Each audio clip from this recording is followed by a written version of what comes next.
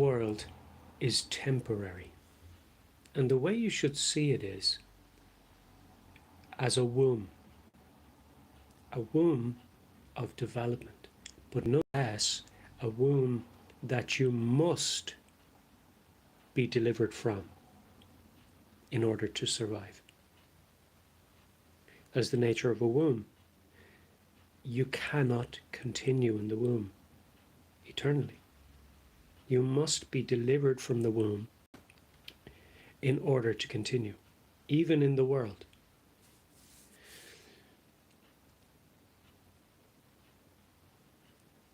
If you consider the womb as a place to remain, you'll die.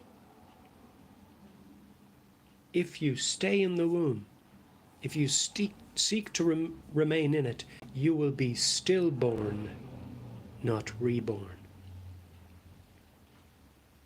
Jesus said, you must be born again to enter the kingdom of heaven. You must be. Not you may be, not it's better if you are. You must be. You cannot enter the kingdom of heaven but by Jesus Christ. He is the gate into heaven. He is the rebirth canal. He said, I am the gate.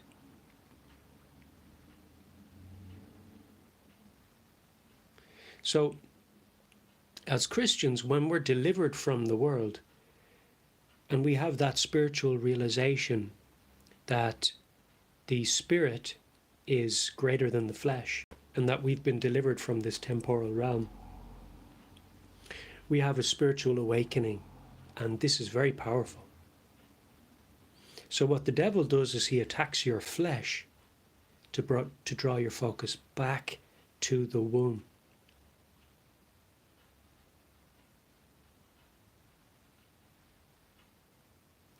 But there is a body surrounding you that you must depart from when you leave the womb. Not just the womb, but the placenta. Your cords must be cut, your umbilical cord, and you must be delivered from the womb entirely. So, as a Christian, I've gone through a lot of persecution since coming to Christ, but also before coming to Christ. A lot of sabotage in my life, a lot of demonic attack. More than most, because most fall away a lot sooner. And once you've fallen away to the devil, he need not afflict you any further, but rather incorporate you in his body in order to use you in the hunt against humanity. Because the devil uses humanity against humanity. He needs props, right? He needs puppets. He needs women to tempt men. He needs men to tempt women. He needs men to bully men. He needs, and so forth. Men to corrupt systems. So he's set up a synagogue. He's set up that which he would portray as a sanctuary for the lost. But Christ is the only sanctuary for the lost. He's the only sanctuary. And the lost must be found. But if they're in Satan's sanctuary, they'll remain lost unto destruction, like a dog in the dog pound. It has a shelter, but only until it reaches destruction, unless somebody comes and finds it.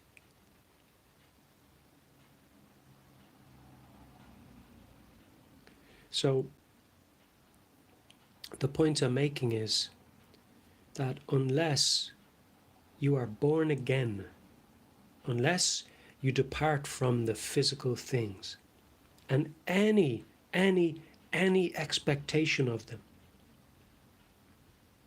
People think I'm good looking, people think I'm intelligent, people think I'm learned, people think I'm wise, people think, Jesus thinks. I'm strong because I'm strong because I'm strong because Christ.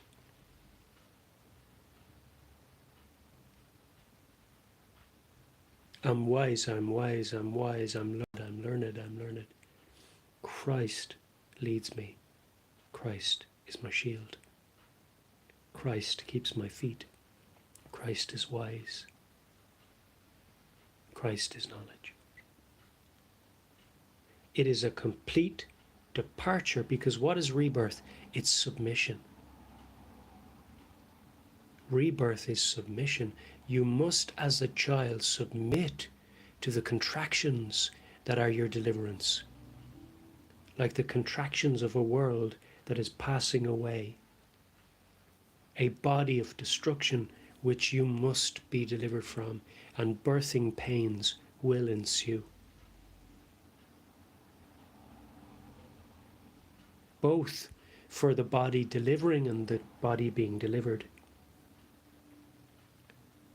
And when I say the body delivering, I mean the body you're being delivered from. This world will experience birthing pains.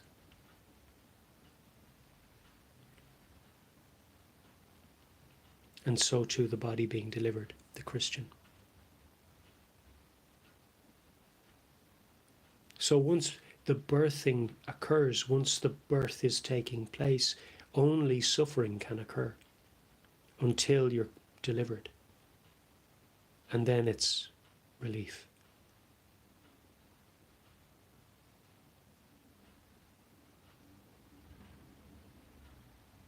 Total relief.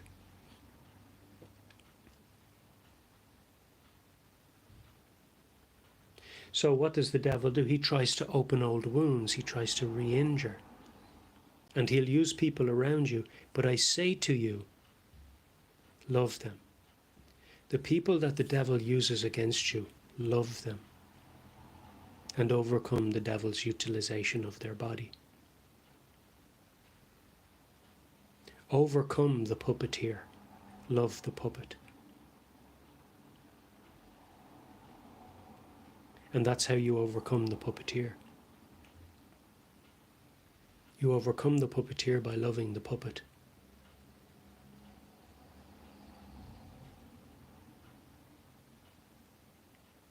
Why? Because his mechanisms, his devices to try to, use that puppet against you and create frustrations and bitternesses and resentments or whatever it is, anger or malice, fail when you love the puppet.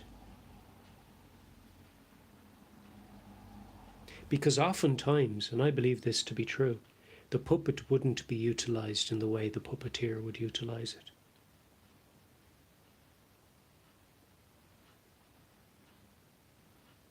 Remember that. That takes wisdom, guys. The puppet would not be used in the way the puppeteer would utilize it. Satan is a cruel master.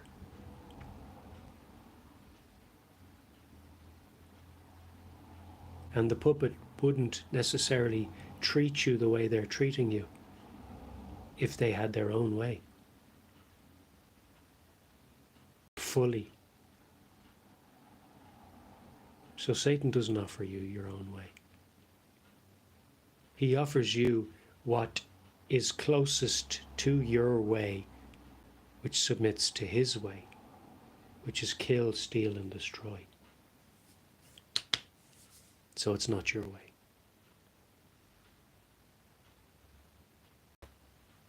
So overcome by loving the puppet. I was recently locked out of my Facebook account. And it was an outlet to me because I was uploading my artwork there and people were liking the artwork, and it was a platform for me to communicate to people who know me. Like, that's why people use Facebook. So I was using Facebook as a platform to communicate to people who know me, and they locked me out of my account. Facebook did. Probably because I made a video that exposed the larcenies of Tesco, applying false values to things to manipulate the people and creating subdivisions to favour people who associate with Tesco over people who don't, for no other reason. And these go against our statutory rights and our right to association, Tesco don't submit to our laws or our acts and statutes regulating business in this land. And so I made this very clear, and suddenly I'm locked out of my account, my Facebook account, and I can't get back in. And I've gone through all of their rigmaroles and protocols to get back into an account, and I just keep getting the same screen, awaiting approval, awaiting approval, awaiting approval. Waiting approval for what? It's not clear. Nothing is clarified. And wherever they make a statement, there's another statement contradicting the prior statement. So the devil is obviously out of things. He can't contain me anymore because I'm speaking so much truth that all he can do is try to prevent me having a voice at all. And use people against me. And I won't get into that because that would only feed into his wicked schemes. And I won't accelerate his evil by touting it. I'll expose his evil, but it depends. We'll choose our battles. So my communication is in this video. Jesus said it. He said it, overcome evil with good. The Lord said it. Overcome evil with good. That's what the Lord has commanded us. Now, I stand to lose my teeth. Demons are making me grind my teeth at night. There's been bone loss because an infection, periodontal infection, went up high. One of my teeth are loose at the back there, a molar. And I stand to lose 4 of them. One there, 2 there, and 1 here in the front. Which would obviously be the hardest one to lose because you can see it. Most of the time, even though I have small teeth, you can still kind of see there. So, obviously the realization that your flesh is perishing and you're going back to dust. It's good in one way because it speaks to your need to be delivered from the womb. It's a constant reminder of the nature of life failing. And this is all part of God's plan. Otherwise, why would we age? You know, God could make us just get to a certain age and then die without having to grow old, couldn't he? So we have to wonder, why did God make us age? Because he could have just clipped us at 80. And we'd go back to the dust, wouldn't we? He could have done that. But he didn't. He allowed us a reminder that we're aging, that life is failing. And this gives us a constant reminder of diminishing flesh, of a temporal realm that is going away from us.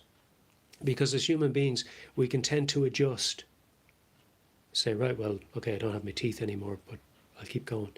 So we can adjust to these things, and then we don't have that reminder anymore because we've adjusted.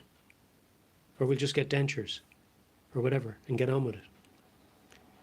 But the point I'm making is that, and actually people have had a lot worse time with their teeth than I've had. People have lost their teeth a lot younger in life. They've had terrible cavities and stuff. My issue was the infection got past my gum line. I actually have pretty good teeth apart from the grinding. There's not a lot of damage to them, a little bit over here. And I've noticed, it's interesting, when your teeth start to deteriorate, you become more conscious, like everything, isn't it? You become more conscious on that thing because you're focused on it and you research it. And I noticed that when I'm chewing my food, I chew it a little bit on this side and then I shift it over to this side, but I do most of my chewing over here, which is where the teeth have decayed the most. Why? Because they've been exposed to the bacteria in the food and the acids and all of that stuff more over here. I even do it with liquids. I start over here and I swish them around here before I swallow them. So that's obviously taken its toll. But it's because I was kicked out of Wexford Dental. Now, I'm not convinced that uh, flossing is actually the best thing for your teeth. I'm just not convinced that flossing your teeth is the best thing. Because when you put floss up the side of your tooth, you strip and peel the gum away from the tooth. And then you push up. So you start low on the tooth, and then you push up behind the gum line. You're pushing bacteria up where it's not supposed to go. Now, I never had any problems with bone until I started flossing. I'm just really not convinced that flossing is the best thing for your teeth. Yes, you do need to get the gunk out from between your teeth. And we all have different teeth. Like mine are very tight together, so it's very hard to get the floss up between them actually. They're so tight together. And sometimes the floss just gets shredded between my teeth. So our teeth differ. So for some people, it's actually interdental hygiene is much easier because they've got bigger gaps between their teeth. And actually it means that the food can't get caught up there. So it depends how your teeth are made. Actually, the better your teeth are, the more likely they are probably to decay as you get older. Isn't that interesting? The more aesthetically beautiful they are, the more likely they are to decay. Now, there are more factors than that, of course. But interesting dynamic, isn't it? And then the worse your teeth are, like as in there are gaps between them, the easier they are to keep interdentally. So I'm not convinced that flossing is the best thing for your teeth. And a dentist actually has said that it's not good to floss between your teeth because you move, so that's your tooth, you move the gum away from your tooth, allowing bacteria up here. And then the bacteria spread, gets past the tooth, and you can't clean it once it gets there. You can't reach it with any implement. So you've just taken what was preventing the bacteria getting up there, and you've pushed the bacteria up when you floss and remove the gum from the tooth. So I'm just not convinced that flossing is the best thing for your teeth. Now, there are occasions when rinsing and brushing won't actually get the stuff out from between your teeth. So in that instance, yeah, maybe put the floss up to touch the gum, but not to go under the gum line. So just up to the teeth and then to pull. But then you could use those interdental brushes that look like a toilet brush or a chimney sweep in miniature, or like a wire brush, But perhaps they can invent thinner ones, but then would they break more? I don't know. But maybe then they could make them out of plastics, not metals, so that they would go through smaller gaps in your teeth, so that you could brush your gum but not have to separate it from the tooth. There are other ways of rinsing. Sometimes you just need something to get the stuff out from between your teeth, because if it stays in there, it's going to produce bacteria, and that's going to climb up. Now, through no fault of our own, through aging, your gums can recede. Through dietary choices, coffee drinking, I drank a lot of Coca-Cola, that probably eroded my gums. And alcohol I drank a lot of when I was younger. And I did a little stint with cocaine, but I didn't, about 6 months, but I didn't really rub it on my gums a whole lot. I did a little bit once or twice, but I didn't like it. And then I used to snort it for about 6 months. I got into it, and I got out of it. Some lad swung a machete at me one day. I was going to get a bag of cocaine. I said, well, that's enough of that. So he didn't swing it at me, actually. He just showed me it. So the point I was making was that your teeth are firstly something that you should definitely invest in and take care of. But don't just accept what the mainstream are telling you.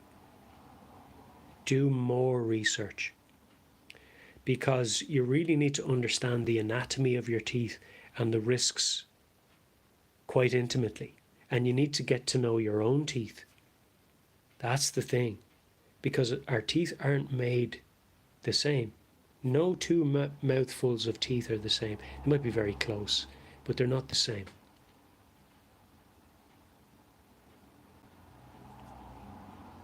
So your teeth are different to my teeth, and that means you have to treat them somewhat differently to I treat my teeth. And so the amount of education around teeth is insufficient. So just floss and rinse with mouthwash, brush your teeth. That's not enough. You need to know more, because flossing actually might be worse for you than not flossing. Now, the fact that I was kicked out of the dentist for having a medical card is absolutely criminal. It's just flat out criminal in this country. It goes against your statutory rights.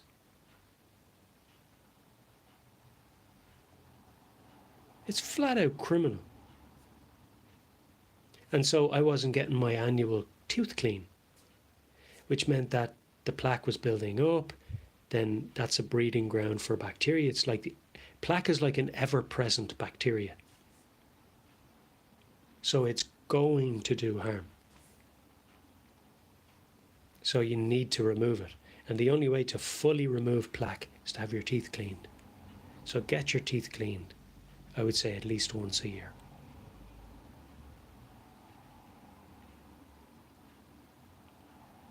When they kick you out of dentist and there are no other dentists for you to go to when you're on social welfare, there's nothing you can do.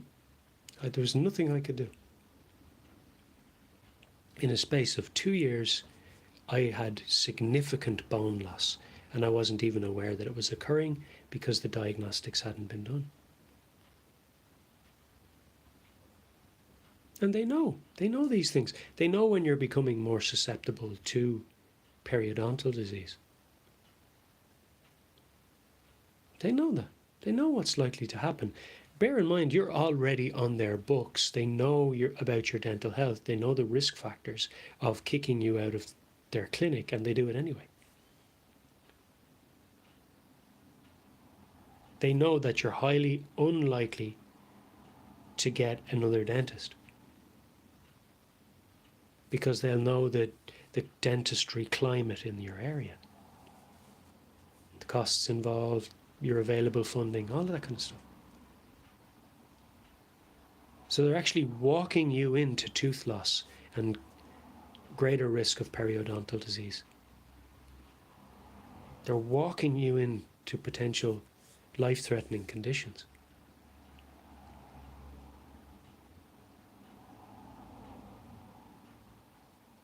It's absolutely criminal what they're doing. Wexford Dental is the one doing it in Wexford Town, denying people who were already on their books as, you know, a customer, albeit on medical card, which they've no right to discriminate against. Now, if a dentist wants to say, look, we're full up on medical card holders, we can't take any more, that's fine. But there should be an agreed percentage of their clientele that comes from medical card. That should be with the government. Remember, the government are in charge. They're the regulating body. So when the government says, the dentists are making it up as they go along, we just hand you a little sheet of paper with dentists who are taking medical card. Yeah, but they were full up 3 years ago. Why are you still handing out this piece of paper? They've rang you, they've communicated with you that they're not taking any more. And you keep handing out this piece of paper to people. That's all we can do, is useless. And then the dentists who do have medical card holders, like myself, kicked us out. It wasn't just me. They didn't just kick me out. They kicked all medical card holders out of their practice. They didn't just say, we're not taking any more. They kicked them out. At least the other dentist said, we're not taking any more, we're full up. They kicked them all out.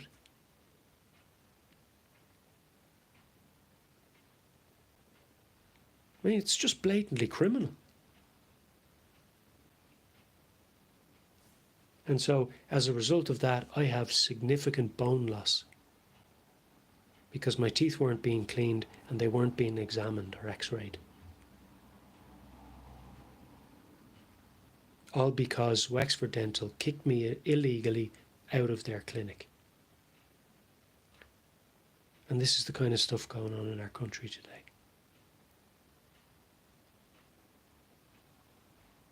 So eventually I had to go up to Dublin. I had to fork out the bus fare, €30. I had to fork out the €50 for the scan that showed my teeth, when it's basically too late to prevent tooth loss.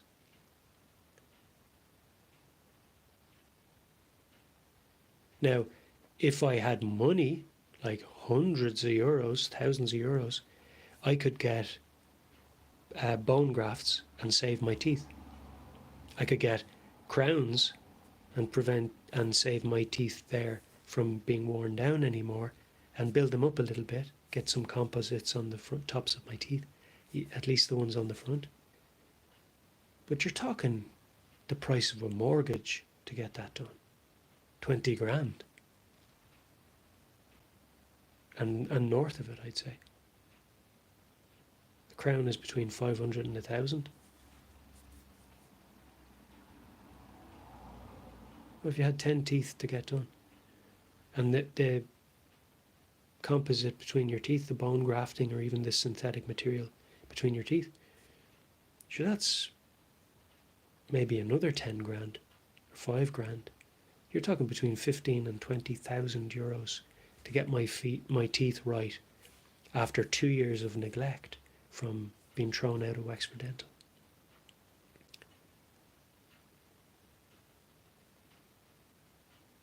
It's just savage.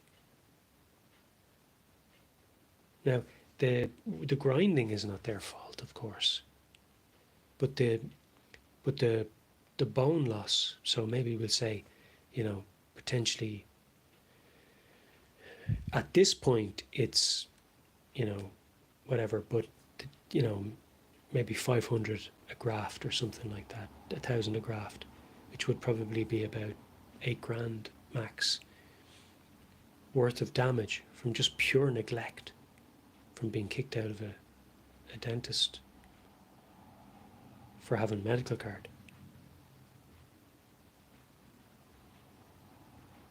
It's just gross. But the potential harm is unlimited, because once the teeth go out, you start losing bone, more bone. And where do you get the money to do that if you're on social welfare? You don't. So you just keep losing teeth, and they become misshapen. And why? Because they cave in to where the teeth have been lost. Your whole mouth starts to adjust. That can cause problems with your jaw, with your bite, with your speech. And they're just throwing people out of the dental clinic like they're shite.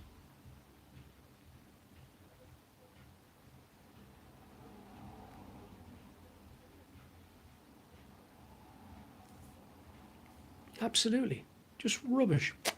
You have medical card, so you're not coming in here. But I was coming in here for the last 3 years with medical card. How much money have you made off medical card holders? And now suddenly you don't need them anymore. So you kick them all out because there's enough private patients, because a couple of dentists have retired in the locality. Disgusting. Goes against your statutory right to association. They're basically saying, because you associate with the government, you can no longer avail of our service. Couldn't be lawful.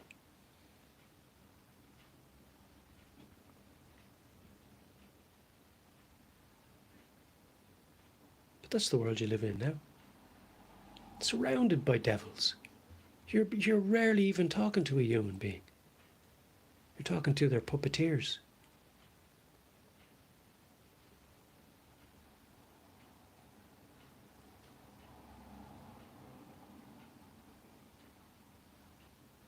And they're way out of line, not complying with the laws.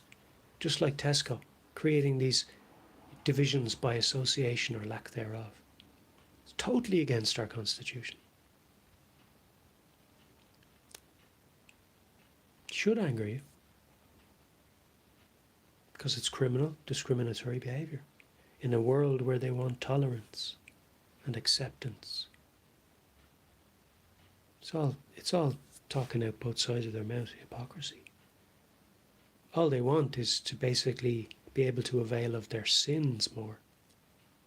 That's where the tolerance come out. They're basically saying, tolerate my evil, tolerate my sin. But their tolerance is not the removal of discrimination, clearly. They're just asking you, tolerate my discrimination, but not theirs. You see?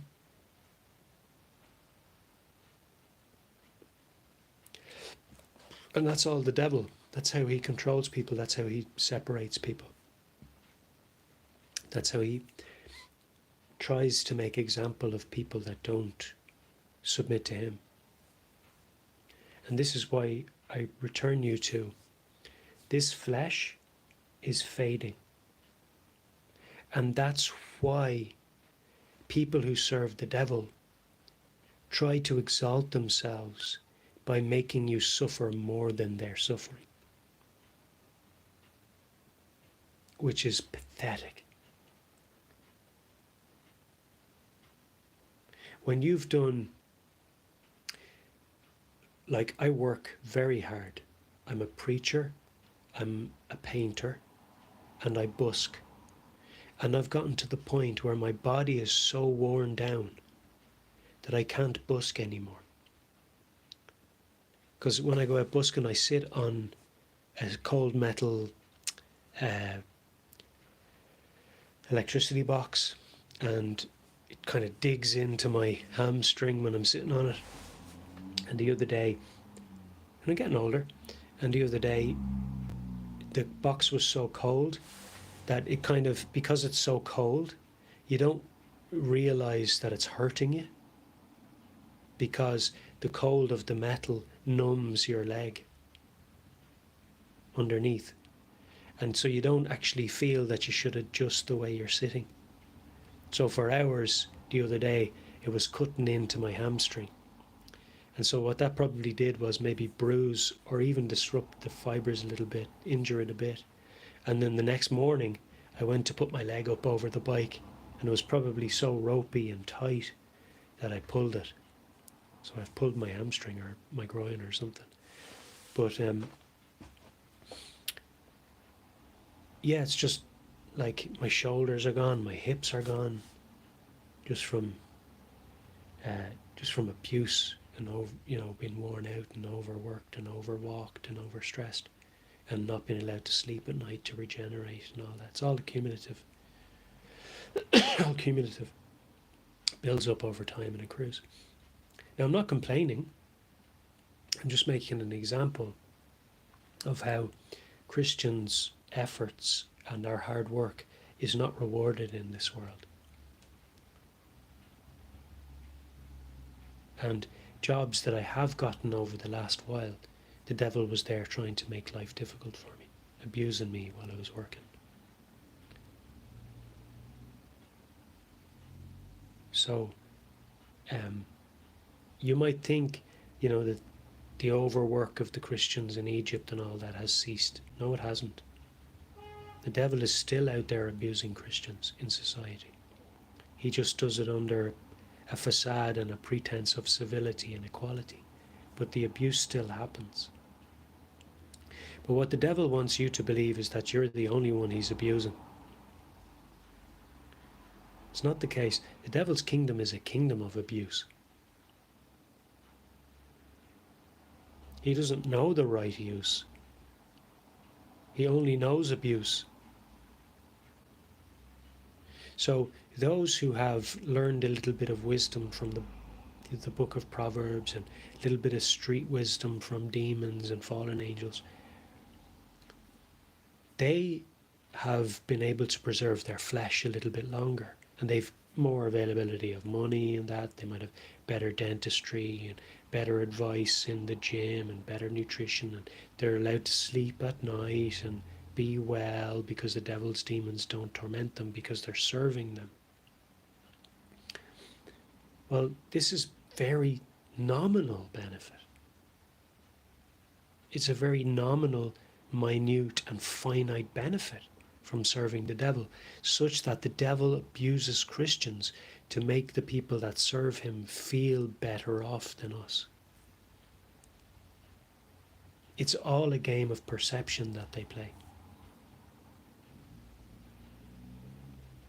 So what I'm saying to you is that this body, this person here, this body, this dentistry, this hamstring, this life, this sick stomach that I've suffered with for maybe 10 years and tried to manage, it's all passing away, and it could end today. And you can die with a full head of beautiful teeth in the prime of your life. It's all passing away. It's irrelevant. I saw a guy yesterday at the tea shop, and he was an old man, and clearly he had lost a lot of teeth, you know. And when he was smiling, he was covering his mouth because his confidence was obviously hit by the fact that he'd lost some teeth, you know. And it's just, we're not the only ones suffering. Christians aren't the only ones going through this. Humanity is going through this. Yes, a demon tormenting you can create the perception in your mind that things are worse for you than everybody else. And as soon as a demon thinks something has entered your mind, they'll just try and keep you focusing on it and, you know, circulating it and going around and around in circles in your head, thinking on the same things over and over again. And wherever your thoughts have worn a path, the demon will be trying to lead you back to that path that it knows about you. Because it's a monitoring spirit. It's been monitoring you for a long time. So it wants you in the thought cycles that it thinks it can influence and control you in and press your buttons at. Right? So my point to you is, let go of this flesh. Let go, Christians, of this life and hold on to Jesus. This world is not worth holding on to. Look how this world treats its own. Let alone Christians for a moment. Look how it treats its own. Abominably.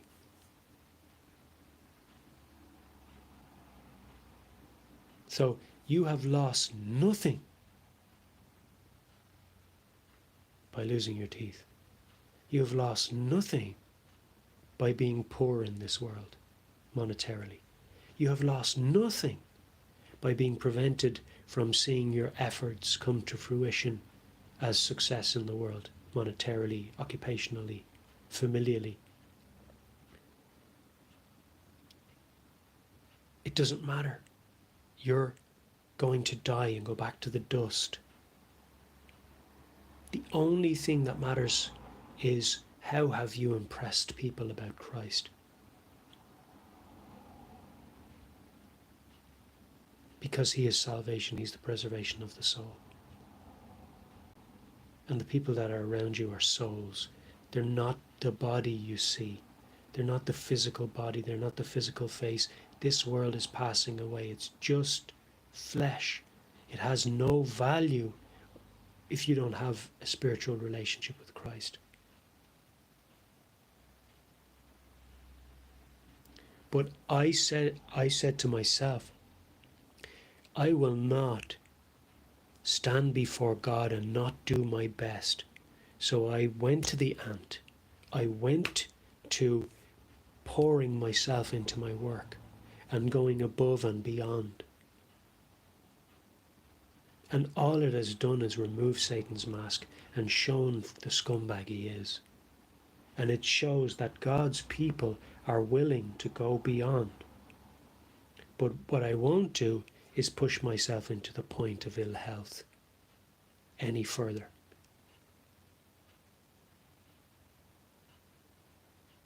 For, to do something, because then it becomes self-abuse.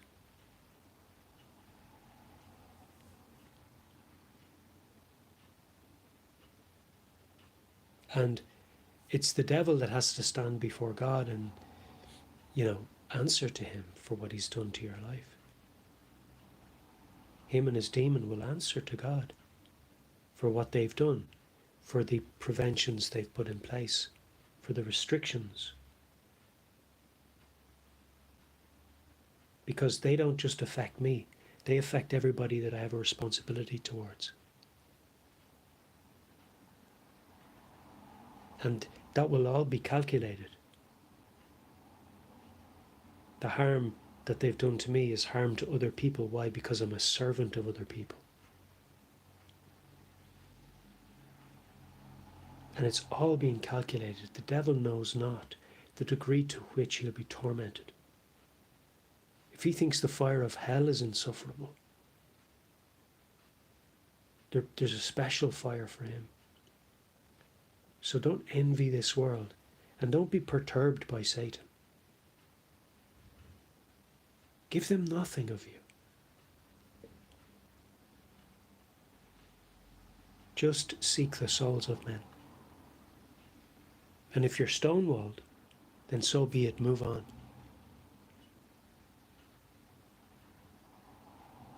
But remember who God is. He's Jehovah Jireh. And the devil cannot prevent God from providing for you. So the more he tries to, the more he puts his head on the block. You understand?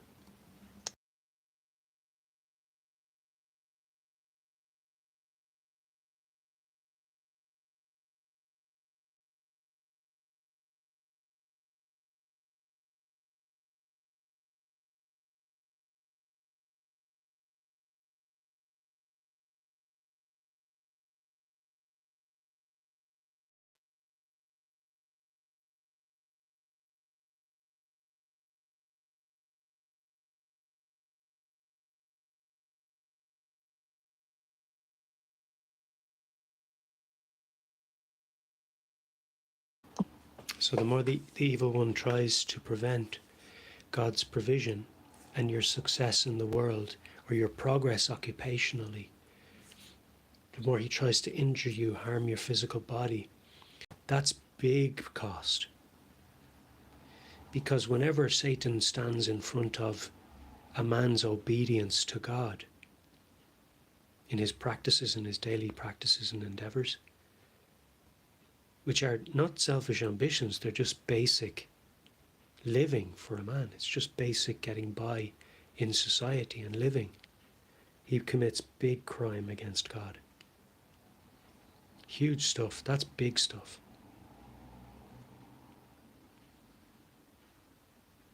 So, God will allow him to fill up his wrath, the wrath against him and his demons. So remember, that's a factor. Certain things have to come to pass, and we will, as Christians, suffer for them to come to pass.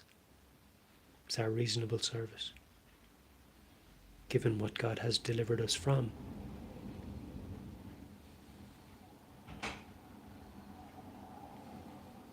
So rest assured that you don't really lose much by losing your teeth. You don't really lose much by being prevented from working. You don't really lose much by being messed around. Like I've had people, say, oh yeah, I'll take a painting, and then they don't take a painting, stuff like that. Just messing you about a bit, all that kind of stuff. Or when you're busking and the devil's presence is there and his demon is tormenting you because nobody's putting money into your case or whatever it is, all that kind of stuff. It's all really petty stuff. And then of course, when you're making the effort and they're not allowing you to rest fully, you can't recover. So you're becoming run down. And there's nothing you can humanly do to prevent that. So that's in God's hands, and that's between the devil and him. Do you understand? That's between God and Satan.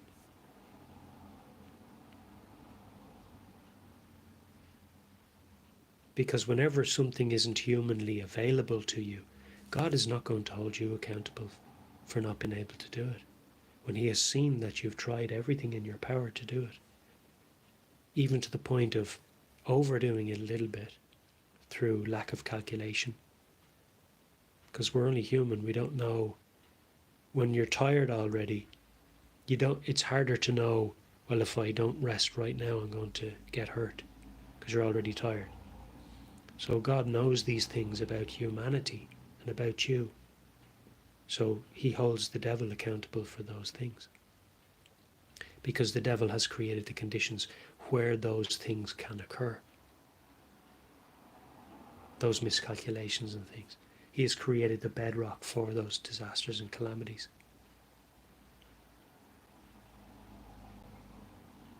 So when you create the environment for harm, you've created the harm.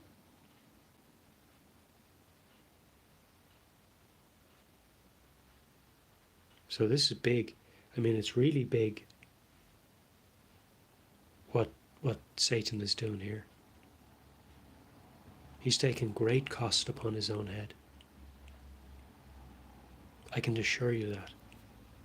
This cost him big.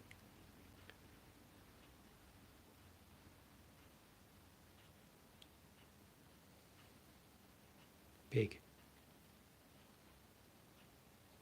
And the like of it. Where he's tried to wear out the saints and lock us down, when in grace we're obeying God. In God's dispensation of grace we're obeying him, and the devil has stood between us and getting the fruits of obedience to God. His head will be crushed. He will wish he was never created.